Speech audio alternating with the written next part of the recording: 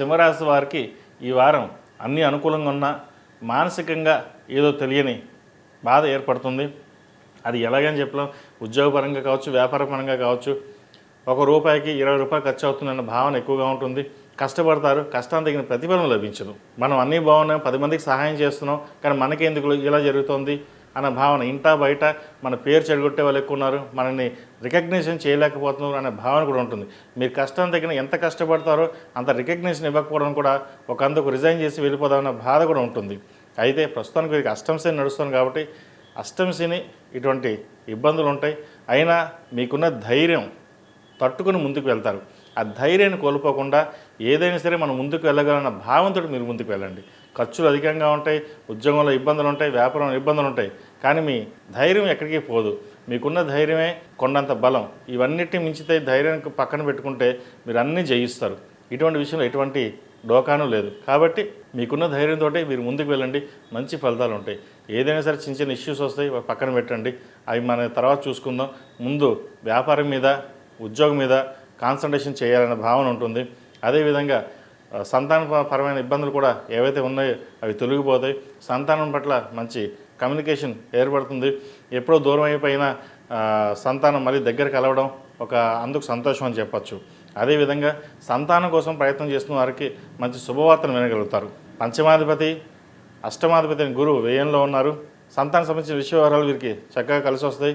సంతానంకు వివాహం చేసే విషయంలో కూడా చక్కగా ఎక్కడ ఎటువంటి ఇబ్బంది లేకుండా ఎంత ఖర్చు అయినా పర్లేదు వివాహం చేయాలని నిర్ణయించుకుంటారు. మంచి సంబంధం కుదురుతుంది. పునర్వివాహ ప్రయత్నాలు చేస్తున్న వారు కూడా కాలం అనుకూలంగా ఉంది. వైద్య వృత్తిలో ఉన్న వారికి, సాఫ్ట్వేర్ రంగంలో ఉన్న వారికి అనుకూలంగా ఉంది. రియల్ ఎస్టేట్ వారికి అంత అనుకూలంగా లేదు. లాయర్ వృత్తిలో ఉన్న వారికి, అడ్మినిస్ట్రేషన్, ఎంబీఏ, ఫైనాన్స్ ఈ రంగాల వారికి చక్కగా ఉందని చెప్పవచ్చు. పేరు ప్రఖ్యాతలు అనుకున్న విధంగా వచ్చే విధంగా కూడా ఈ వారం గోచరిస్తుంది. ఈ రాశిలో జన్మించిన స్త్రీలకు వృత్తి ఉద్యోగాల పరంగా చాలా అనుకూలంగా ఉంటుంది. అయితే సప్తమంలో రాహు అంత అనుకూలంగా లేదు. ఈ వైద్య వృత్తిలో ఉన్న వారికి కొంత డిస్టర్బెన్సీ అనేది ఏర్పడుతుంది. ఉద్యోగం పరంగా అన్నీ బాగున్నా కూడా మెంటల్ స్ట్రెస్ ఎక్కువగా ఉంటుంది. ఒక్కోసారి 24 hours పని చేయాల్సిన పరిస్థితి కూడా గోచరిస్తుంది. అదేవిధంగా ఉద్యోగ ప్రయత్నాలు చేస్తున్న వారికి, ఉద్యోగం విదేశాల్లో స్థిరత్వం ఉన్న వాళ్ళు కూడా కొంచెం ఇబ్బందికరమైన వాతావరణం ఉంటుంది. విదేశాలకు వెళ్ళాలనుకునే వారికి ప్రయత్నాలు ప్రారంభించవచ్చు. ప్రస్తుతం నడుస్తున్న దశ విదేశీ యానం ఉండే అవకాశం గోచరిస్తుంది కాబట్టి దాని తగ్గట్టుగానే అడుగులు వేయడం చెప్పదగినది. జీవిత భాగస్వామితో స్వల్ప విభేదాలు వస్తుంటాయి, అవి పట్టించుకోకండి. ప్రతిదీను ఇంట్లో ఉండే విషయాలే కాబట్టి సామరస్యంగా ముందుకు వెళ్ళడం చెప్పదగిన సూచన. ఈ రాశి వారికి అష్టమ శని నడుస్తుంది. ఈ కార్తీక మాసంలో శనికి తైలాభిషేకం చేయడం, ముఖ్యంగా ఏకాదశి రుద్రాభిషేకం చేయించుకోవడం ఇంట్లో కానీ గుళ్ళో కానీ చెప్పదగినది.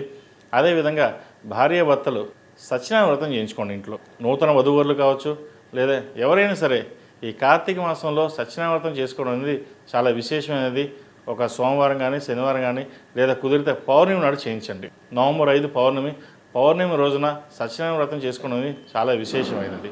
ఈ రాశివారు ప్రతిరోజు ప్రతినిత్యం ఓం నమః శివాయతోటి నువ్వుల నూనె పోసి దీపారాధన చేయండి, మంచి ఫలితాలు ఉంటాయి. అదేవిధంగా కుబేర కుంకుమతోటి స్వామివారికి, అమ్మవారికి పూజించడం చెప్పదగిన సూచన. ఈ రాశిలో జన్మించిన వారికి కలిసి వచ్చే సంఖ్య 9, కలిసి వచ్చే రంగు తెలుపు. ఏదైనా పని మీద బయటికి వెళ్ళినప్పుడు సోమవారం కానీ, శనివారం కానీ వెళ్ళండి, మంచి ఫలితాలు. ఈ పూజ స్టోర్.in పసుపు కుంకుమ నుంచి దేవతా విగ్రహాల దాకా అన్ని రకాల పూజలు, వ్రతాలు, వివాహం, గృహప్రవేశం, హోమాది శుభకార్యాలకు కావలసిన పూజా సామాగ్రి అంతా ఒక్క క్లిక్తో మీ ఇంటి వద్దకే. నేడే ఆర్డర్ చేయండి మీ ఈ పూజ స్టోర్.in లో. One stop for all puja needs.